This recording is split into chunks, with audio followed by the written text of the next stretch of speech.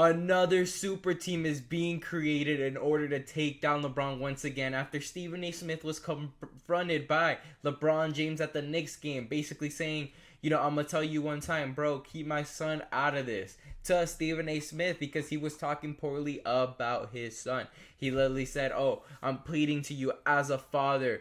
Please stop putting Bronny in these situations. Basically saying that, LeBron James is failing as a father for putting, Bronny in a situation that he believes that Bronny doesn't want to be in, which would be the NBA. Wow, what a crime. But anyways, Stephen A. Smith then was reported that he will be joining Skip Bayless on his show. And the thing is, the day has came. Now the super team is going to be put into use because there is no bigger hater in the world than Skip Bayless when it comes to LeBron James. I'm telling you, if there was no fans of LeBron, if there was no haters of LeBron left, that means Skip Bayless passed away. Genuinely, because this man literally made a career, made millions off hating on LeBron James. LeBron James could solve world peace, find the cure of cancer, three-peat with the Lakers. Bronny could end up becoming the MVP of the league. LeBron could literally not miss another shot in his life. But Skip Bayless will find a way to criticize him, to critique him, and find a way to put down his accomplishment. And that's Skip Bayless, man. Literally, he's a definition of hater. I've literally seen Skip Bayless wake up at 3 in the morning, go to the gym, record himself at LeBron James. Are you up right now working? Because I am. Do you know how much of a hater you gotta be to wake up at 3 in the morning, go to the gym, and at LeBron James on Twitter and do that? Like, that's some hate. That's hater stuff right there. Waking up extra early to hate is wild. And Stephen A. Smith, after getting pressed, after getting humiliated by LeBron in front of his favorite team courtside, after signing a 5-year, $100 million deal, instead of getting all this attention, publicity, oh, Stephen A. Smith, man, $100 million for the next 5 years. Congrats, man. Congrats on your show, self-made. Oh, Stephen A. Smith, he's done great as a sports analyst. Stephen A., getting all this great publicity. Instead, LeBron James saw him, pressed him about a matter that he didn't like, which is about his fatherhood and his son. And he absolutely ripped them apart. And now Stephen A. Smith said, you know what? I'm teaming up with the Michael Jordan of hating, Skip Bayless. And he's on the show now. It's crazy. The last time these two have been together was 2016. You know what happened in 2016? This is when Skip Bayless' downfall started for a little bit because that's the 3-1 comeback. That's when he tried to, put all the credit to Kyrie for that shot, forgetting about the block. He probably would have tried. If there was no replay cameras, he would have said, goaltend, I was there. But they haven't been together in over 8-9 years, man, and they're back together. This literally, and the most accurate joke that I've seen is this, where Isaiah Thomas is saying, I met the criteria, but I just wasn't selected, because Skip Bayless has been hating on him his whole life, literally his whole career. Skip Bayless, he was covering, the 76ers, AI, and then he saw the kid from Akron. Chosen One tattoo hasn't even made the league. Number 1 overall pick, getting put in next Michael Jordan. He said, I'm taking you down, bruh. And he took him down for his whole career. There's always been that, it's kind of like that little pain on your back after sleeping poorly. That's what Skip Bayless is to LeBron, because LeBron James wins his first MVP. Criticism. I'm still going. First championship, criticism. 2011 was Skip's favorite year, by the way. Tell him about the Dallas Mavericks series. Skip Bayless to this day brings that up as if it was yesterday. But, it's a shame. What really would do, like, the whole social media and everybody a favor would be Skip Bayless and Stephen A. Smith pulling up courtside to a Lakers game and getting those seats right next to Bronny on the bench. Now that would be the level of hating here.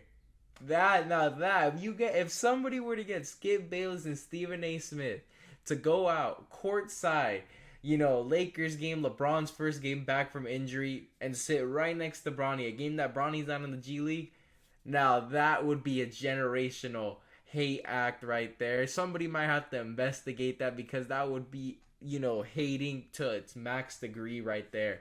But, in a serious note, there was like an argument saying that if Skip Bayless and Stephen A. Smith have been ruining sports media, and I actually would disagree. I'm not gonna lie. I understand. I said that Stephen A. Smith wasn't right in this situation against LeBron James, but my thing here is sports media actually has been ruined, in my opinion, by former athletes. Now, I'm not gonna say, oh, they shouldn't be allowed to be in the sports media. I think they're great guests, and I think sports media actually allows fans to be able to voice their opinions.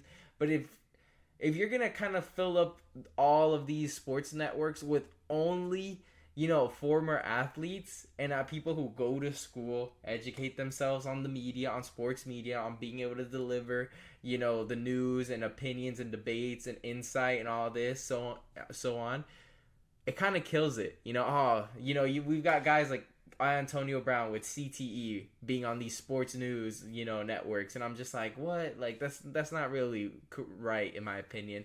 Now to have like Stephen A. Smith and Skip Bayless have a show, and then the third guest is I'll give you an example, some Richard Sherman.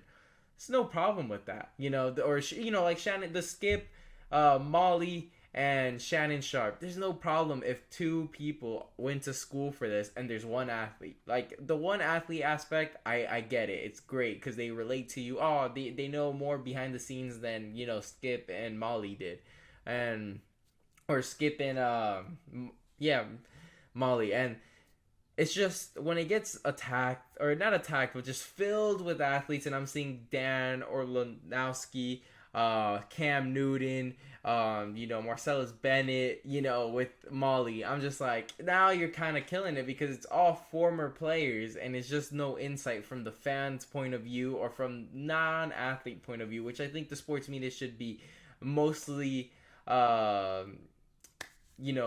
have consist most of. But anyways, that's my opinion on that. People are saying they killed the fan approach. I don't. I think they're trying to get clicks. Look at Colin Cowherd. Hey, Ben Simmons. LeBron James. We're all good, bro. Ben Simmons is here. Like, this is all to get publicity and more people into the sport. Bad takes are actually great for the sport because it gets more eyes on it. Gives you more reason. If someone comes out and says, oh, the Brooklyn Nets are about to win out. So there's, Stephen A. Smith comes out and says the Brooklyn Nets are going to win out.